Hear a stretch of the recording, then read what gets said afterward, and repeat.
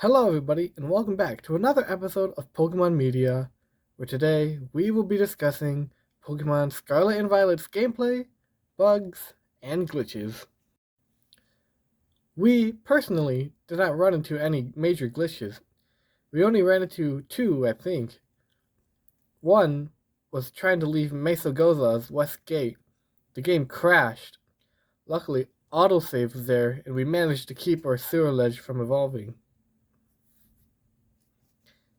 Yeah, and the second was when we were going down the elevator with AI Professor. There was an Ultra Ball at the very bottom when we reached it, so it was just halfway sticking out of the ground. Honestly, that was kind of immersion breaking, but nothing too bad. However, the things we experienced probably don't mean anything, because we played on day 2 of the game's release. However, we did actually play on day 1 with our friend from the YouTube channel Mystic Matt 03. You should go subscribe to him. He doesn't know we're plugging them yet, so shh. During our many misadventures, we didn't run into many glitches. However, on the second Titan, we started to see that there was a Pokeball in the middle of the stage. Why was that there? No reason at all. Yeah, it was really weird. It's extremely weird, especially since you can't even go back into the lairs after you defeated the Titan. Yeah, the Pokeball appeared each and every time we defeated the Titan after the first one. Not to mention, I've seen online that people have gone invisible. Yeah, although none of those happened during our gameplays. Only the Pokeball glitch happened for us, and some major crashes. Yeah, like we were just exploring with Mystic Matt 03, and then the game crashed for no reason. Yeah, we weren't even in a loading zone.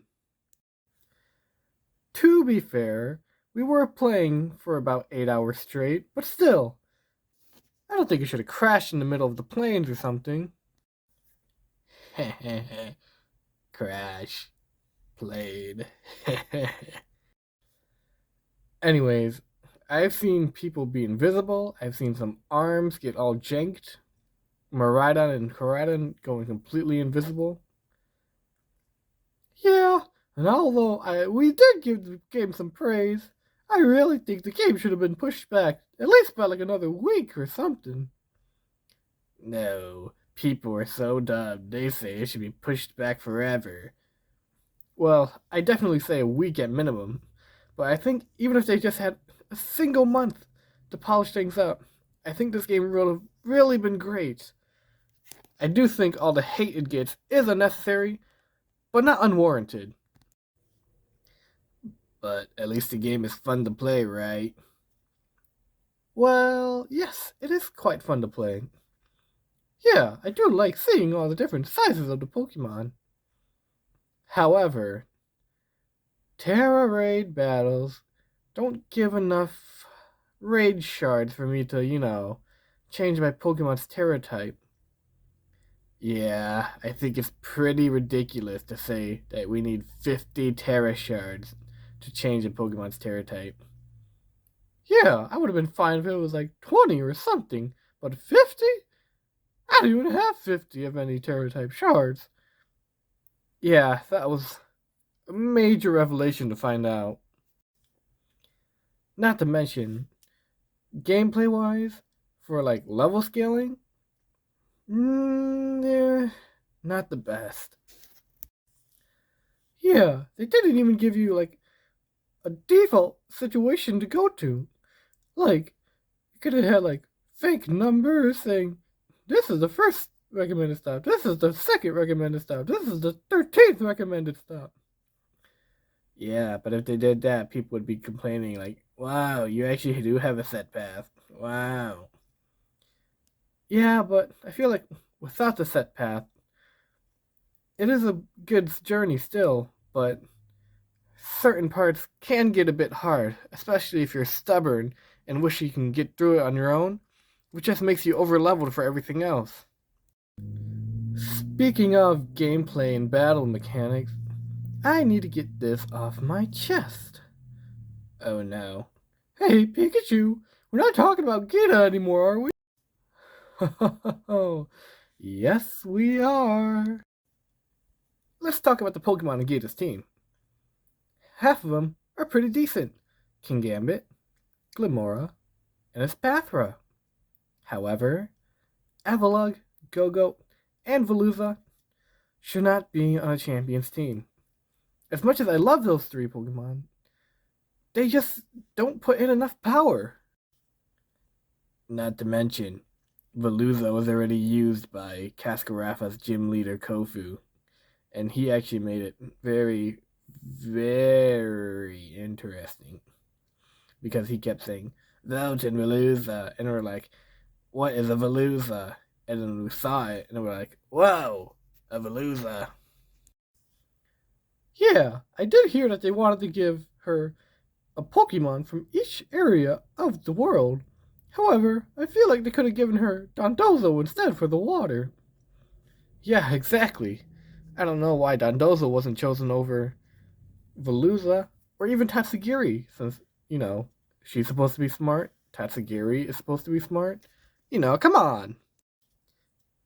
And honestly, don't even get me started on her Glimora. You know what I wish she did? I wish she set Glimora out first, then terrestrialized Glimora up first. That way, it would have made her claim that she doesn't hold back, even for strong trainers, super, super interesting. But no, she says she doesn't hold back, and yet she keeps her Terra Pokemon, who's an amazing setup Pokemon, at the very back. Like, what are you doing, top champion Gita? Are you just all bronze and no brains? You must be brains, because you're the head of the school, too. I've said my piece.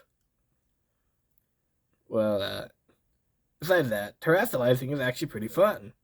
Yeah, I love terrestrializing into a flying type. Haha. Well, because I'm a Pikachu. Not to mention my ground type Electros. Pichu, why is your Electros ground type?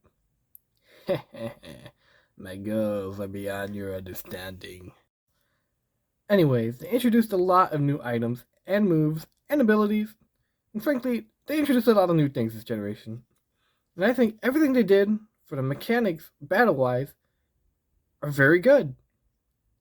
However, everything doing with the world, while most of it is good, there were a few very, very, very bad parts. Yeah, not to mention the Great Kasarori Lake. Gosh, every time I go into there, lag, lag, lag. Not to mention Lag Tree Thicket. Honestly, my favorite area is Area 0 because it barely lags down there. Well, now that we've talked about gameplay bugs and glitches, it's time to give our final verdict. I give the game an 8 out of 10. It is a very, very good game if you can happen to get past all the bugs and glitches. If the bugs and glitches weren't there, it would be a 10 out of 10 game. 10 out of 10. Iono is the best. I think I'll have to give it a 7. While I do like the game, I do thoroughly enjoy it, I can't just throw away people's complaints, because people's complaints are valid. The game does crash and bug out a lot, and though we personally never experienced, it might just be a FNAF security breach kind of gameplay issue, where some people, like Dako, might have the best gameplay ever, while some people, like Fiznam, will have their complete and utter hope destroyed by just a single entry in the game series. So yes, that is my reasoning for giving this game only a 7 out of 10. It is good, but people's complaints are valid, not making it a super great game. So, see you all next time. Bye-bye. Wait, who's Dako? And who's Fiznam?